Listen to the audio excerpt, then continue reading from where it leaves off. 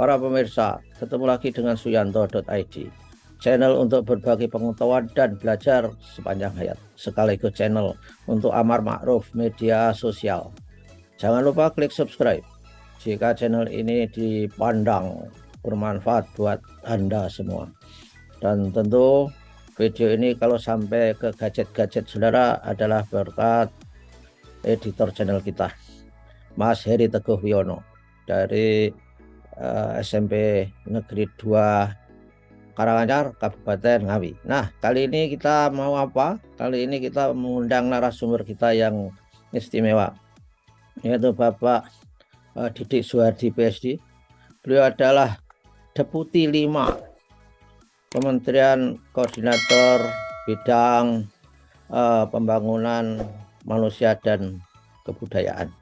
Dan beliau ada di Deputi 5, maksud saya Deputi 5 untuk bidang revolusi mental, pemajuan kebudayaan, dan prestasi olahraga. Panjang sekali, tentu tugasnya berat nih. Walaupun berat masih sempat untuk kita ajak ngobrol di sini. Nah, kita sapa dulu. Kita berada di episode keempat. Assalamualaikum warahmatullahi wabarakatuh, Pak Didik. Waalaikumsalam warahmatullahi wabarakatuh. Sehat-sehat, Prof? Alhamdulillah, sehat walafiat. Saya sudah pulang dari NTB, menyeberang laut dengan kapal melompat-lompat 1 meter. Alhamdulillah aman, sehat. Alhamdulillah. Wah, dari NTB ya, Bro? Luar biasa. Ya, ada 4 hari di sana. Nah, Pak Didik, di episode sebelumnya kita sudah banyak bicara pendidikan karakter, kemudian integrasi pendidikan karakter, dan kali ini kita akan berbicara mengenai apa Pak Didik yang akan organisasi dan kepemimpinan, Bro. Ya, oke. Ya, Pak Saudara, kita akan berdiskusi mengenai organisasi dan kepemimpinan, leadership yang sangat penting untuk memajukan sekolah-sekolah Muhammadiyah di seluruh Indonesia. Pak Didik, Pak Didik, gimana? Diawali dari mana organisasi itu dan kepemimpinan itu? Baik, Assalamualaikum warahmatullahi wabarakatuh. Waalaikumsalam. Selamat berjumpa lagi para pemirsa Suyanto.id. Hari ini kita akan melanjutkan diskusi kita tentang sistem pengembangan di Muhammadiyah. Kemarin 3 episode kita diskusi tentang visi, misi, dan kemudian juga terkait dengan sistem gerakan. Ya. Hari ini kita diskusi tentang organisasi dan kepemimpinan, Bro. Ya, oke.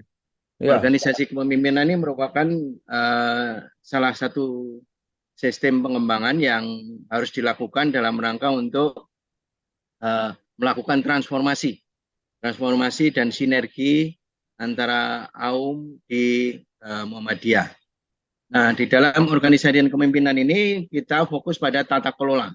Itu tata kelola di mana seperti kita ketahui bahwa tata kelola merupakan salah satu unsur yang penting dalam memanage AUM kita, yaitu amal usaha Muhammadiyah, khususnya sekolah dan madrasah di bawah Majelis Dikdasmen dan Pendidikan Non Formal. Seperti kita ketahui bahwa tata kelola di majelis ini kan memang kita mengikuti sistem pemerintahan, yaitu dengan menggunakan desentralisasi.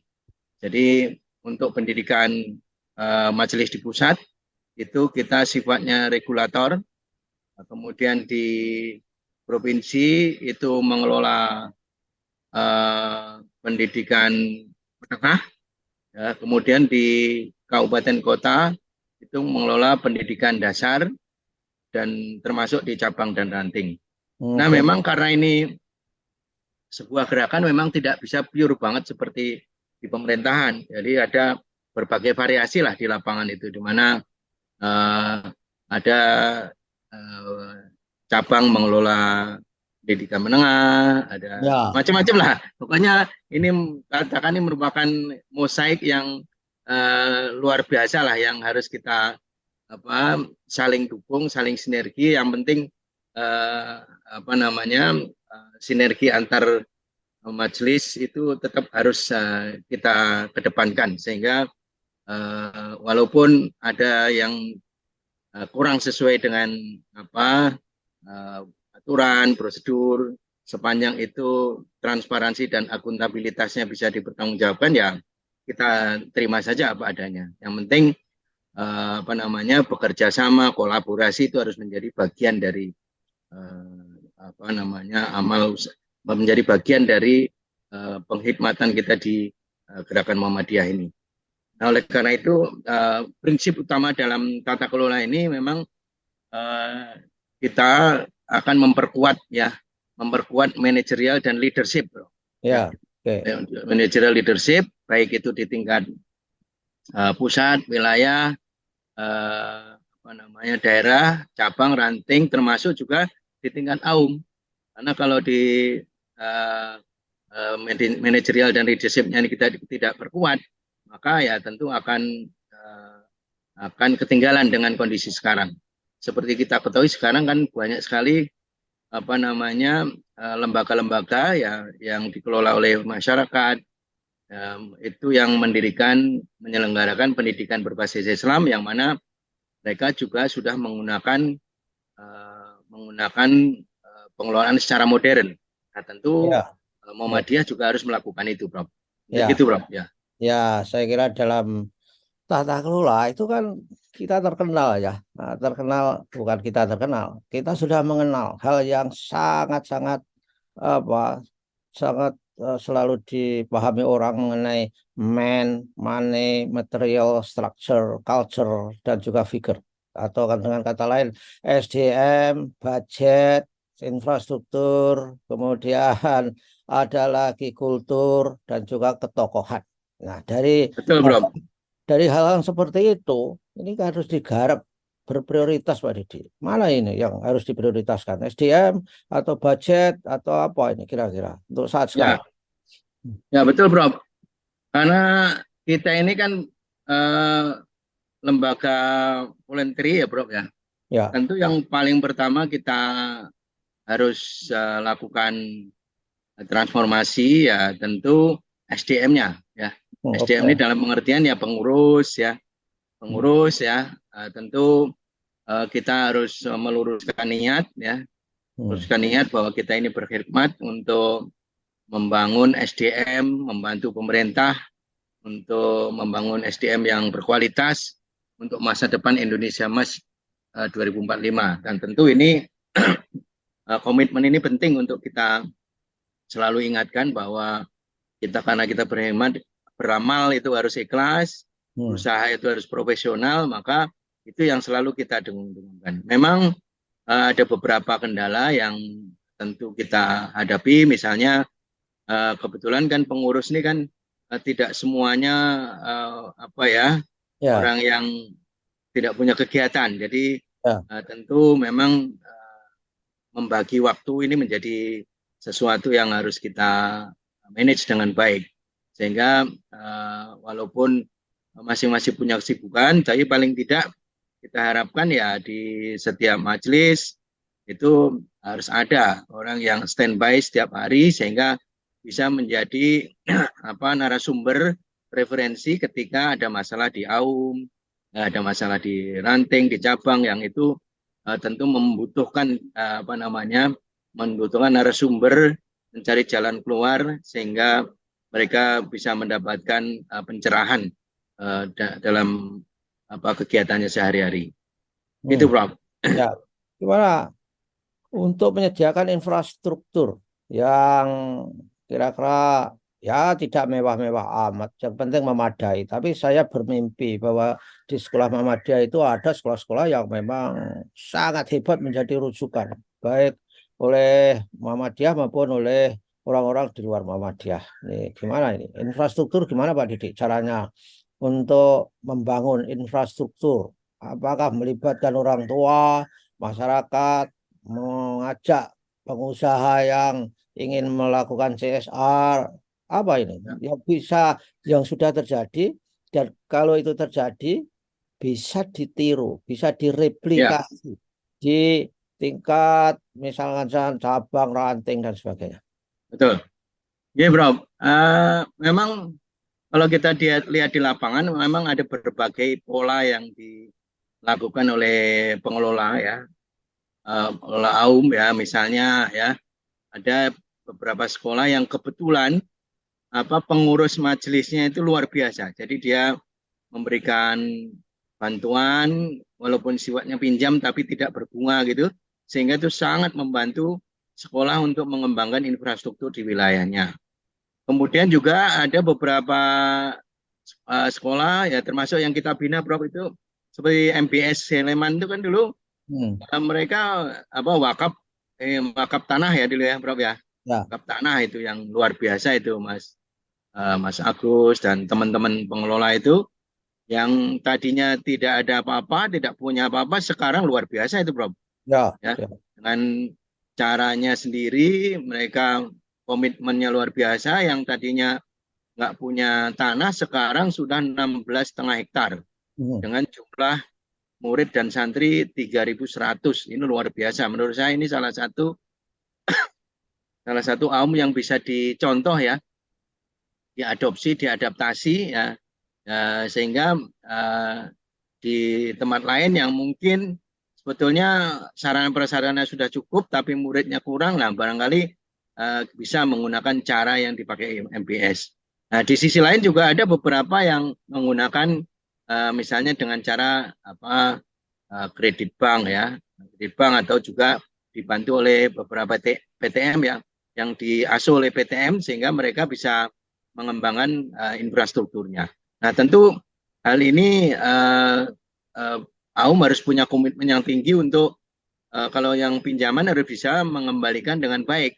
Nah, Hmm. supaya bisa mengembalikan dan tentu muridnya harus nambah terus karena kalau muridnya sedikit ya tentu nggak akan bisa mengembalikan. Nah, oleh karena itu saya kira sekali lagi komitmen dan semangat untuk terus meningkatkan jumlah siswa itu menjadi bagian dari strategi AUM untuk meningkatkan pendidikan di Muhammadiyah.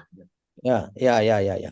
Dan meningkatkan siswa itu syaratnya kan harus ada di situ skim kualitas, harus ada Ya, keunikan, penciri utama sekolah Muhammadiyah. Jadi orang ya, tua itu punya kebanggaan kalau sekolah di Muhammadiyah itu anaknya itu bisa apa, di samping masalah akademik yang sangat universal itu. Oleh karena itu saya sepakat Pak Didik bahwa sekolah-sekolah Muhammadiyah itu perlu melakukan koordinasi, kemudian sinergi dengan PTM dan juga orang tua, Pak Didi. Orang tua betul, itu betul, Bro. Ya, kalau diberi program ini loh, anak sampean itu di sini akan dididik supaya menjadi orang yang beriman, bertakwa, santun, menghargai orang tua, suka menolong, disiplin, jujur.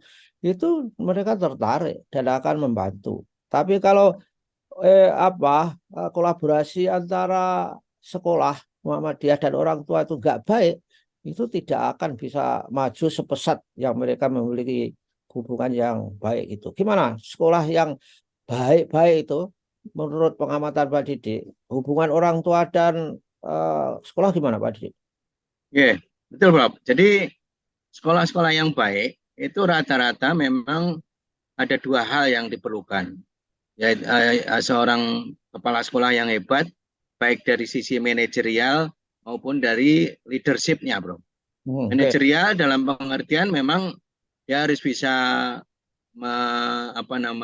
membawa amanah ini dengan sebaik-baiknya sehingga dia harus bisa mengelola AUM ini secara transparan dan accountable. Ya, Kenapa?